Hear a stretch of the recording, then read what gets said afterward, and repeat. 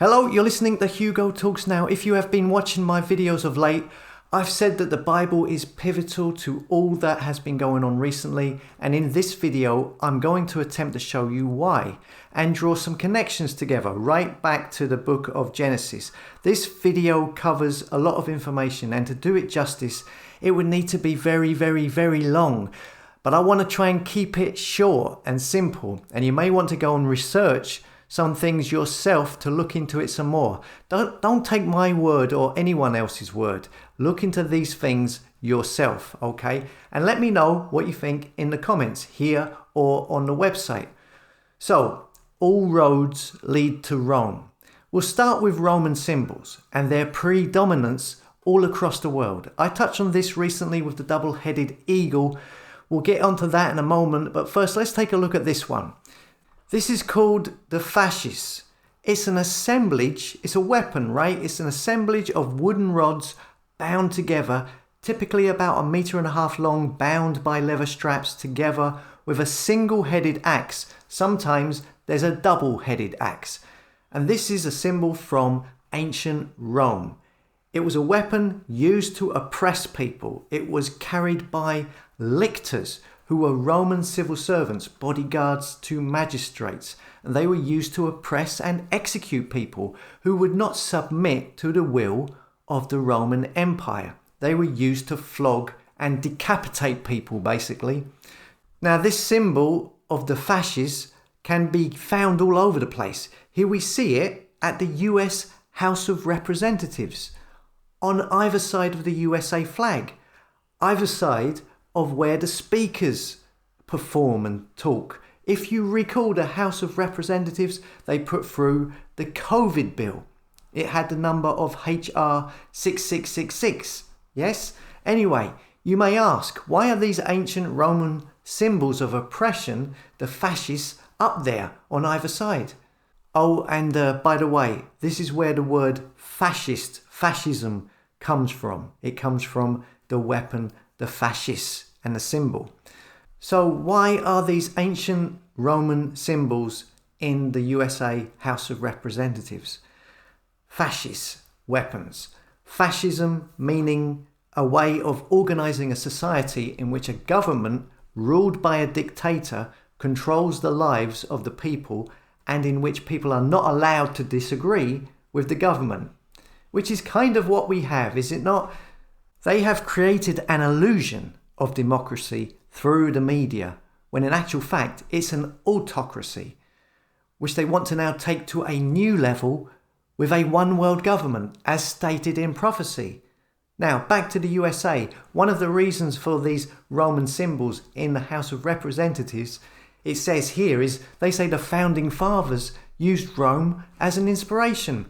Of course, the founding fathers were Freemasons. You'll also notice that they have a wreath around the fasces, like the Roman laurel wreath, which is also, you see it elsewhere at the House of Representatives here, for example. There's loads more. You have one at the President's Oval Office, a fasces above the door. We also see the eagle is on top of the fasces mace they use at the House of Representatives. The mace being a symbol of authority, a ceremonial staff, like they use elsewhere in the UK House of Commons and New Zealand, etc. They also have a symbol of the eagle in the ceiling. Now, take note of these ancient Roman symbols, specifically the fasces, the eagle, and the laurel wreath. This is the same laurel wreath you see around the United Nations logo. Again, ancient Rome. The laurel wreath were and are symbols of military victory, of Roman military commanders or emperors who wore them in battle. Why do you think the United Nations uses an ancient Roman laurel wreath surrounding what looks like a circle flat earth map? Roman victory over all of the nations. Just as the World Health Organization also have the laurel wreath on its logo. And then of course UNICEF also use the laurel wreath. All of these international organizations using ancient Roman symbology. The eagle is a symbol of Rome. It's been used over and over. They also use the double double-headed eagle, which was used by the Byzantine Empire, which was the Eastern Roman Empire, and the Holy Roman Empire, which were the continuation of the empire after Rome fell. And the double-headed eagle represented an augmentation of the Roman single eagle, as we can see here. The single eagle, we can also see this in use by the Nazis. You see it here at the top of these things they are holding at one of their marches. It was used by Mussolini. Here we see an eagle holding the actual fascists, holding it with its claws. So you've got two Roman symbols in one. The same fascist weapon symbol from ancient Rome that you saw at the House of Representatives. Oh, by the way, did you know that Mussolini was also an MI5 British intelligence agent? That's something to look into. They're all in the club. Germany uses the eagle. Russia uses the double-headed eagle. All symbols linking back to the Roman Empire, the same Roman Empire that crucified Jesus after the Jews asked them to. You will find these symbols on buildings everywhere. The Roman fascist decapitation weapons, say, here in Nottingham in the UK, or in Paris, France, or in Germany. You'll see the double-headed eagle in the UK, as here in the royal family, the Queen's 1st Dragoon Guards. On the reverse of this Queen Victoria coin. Loads of coins all over the world with royalty from different times featuring the eagle and the double-headed eagle. And laurel wreaths, of course. In the UK you have Britannia, which is supposedly the national personification of Britain, but of course she's wearing a Roman helmet and carrying a trident. Roman rule over Britain ended over 1,500 years ago, so the history books tell us, yet they still keep these symbols. The Knights Templar were a Roman Catholic military order, and the establishment in the UK royal family are all in that club. They wear the cross, the Knights of Malta. Just look at them. Look at what they wear and their connections to Freemasonry. Again, very obvious, very clear, all in the club. Talking of clubs, we have the Club of Rome. No Roman symbols in their logo, just a big old globe.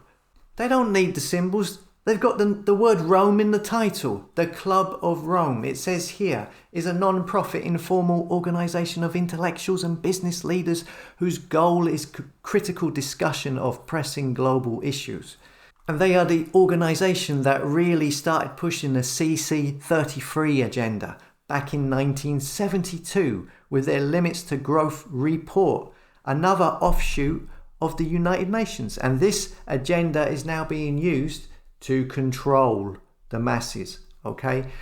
On old Roman coins, the trident appeared on the coins when an eagle wasn't being displayed. And of course, we have Ukraine with the trident symbology now. And they are working very closely with the USA and the UK and the EU. Ukraine, which was once called Khazaria, and the Khazars, who teamed up with the Byzantine Empire, who were the Eastern Roman Empire, an alliance with Rome, which first began, it says here, in the early 7th century, fighting together in wars, yeah? Khazars, at some point also converted to Judaism. Then we have the Freemasons, who use double-headed eagles, especially in regards to the Scottish Rite, Albert Pike, and so on. All of this is Roman symbology. But you'll be told, you know, the Roman Empire or the Roman dynasty, it don't exist anymore. Yeah? Maybe they've changed their brand name, but it's just using the same symbols. The Roman Empire would be labelled today as a fascist empire, that being an authoritarian, ultranationalistic political ideology and movement, usually with a dictator and no form of democracy, usually attributed to an individual country and leader. But what if it was a one-world government? Does this sound like something that might be happening at the moment? Now, I could go on with loads of examples like this, but I want to tie this in with the Bible, right? So now, of course, we know the ancient Romans was a pagan kingdom founded by Romulus, who, as the story or myth states, as a baby was suckled on the milk of a she-wolf, suckled on the milk of a beast.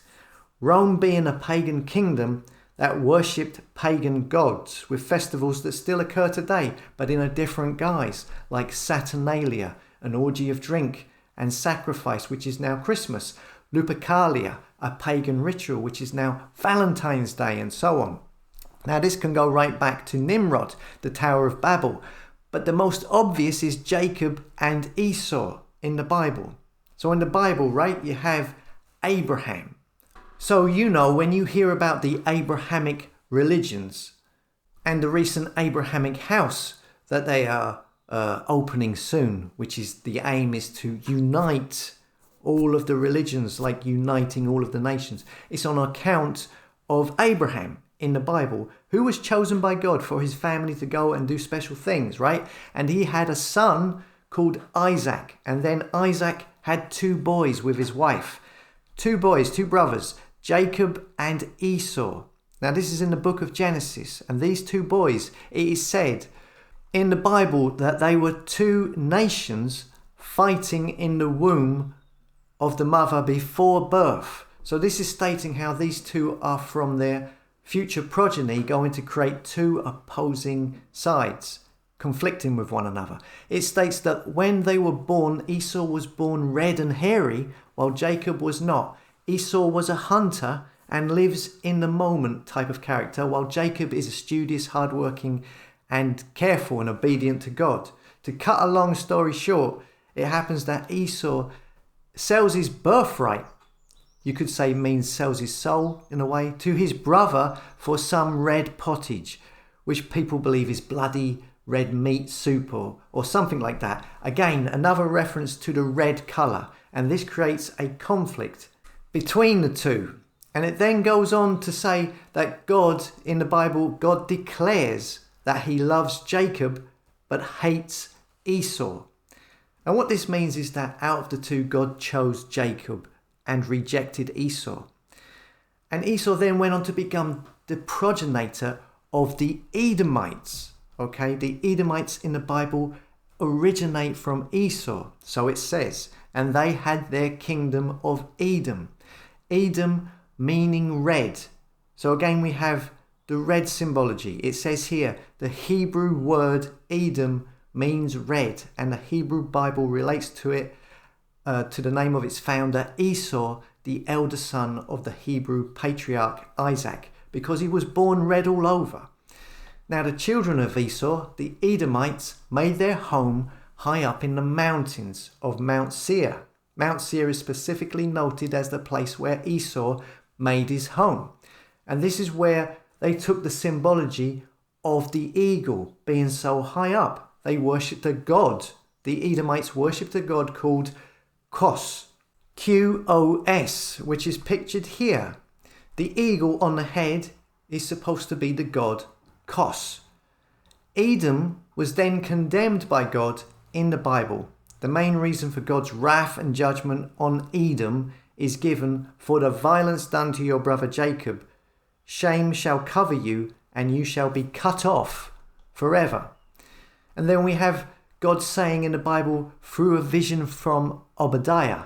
Okay, Obadiah 1:1-4, it says here 1, the vision of Obadiah, thus saith the Lord God concerning Edom, we have heard a rumour from the Lord, and an ambassador is sent among the heathen.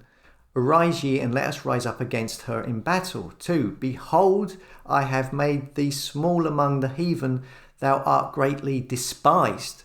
3, the pride of thine heart have deceived thee, thou that dwellest in the clefts of the rock, whose habitation is high, that saith in his heart, who shall bring me down to the ground?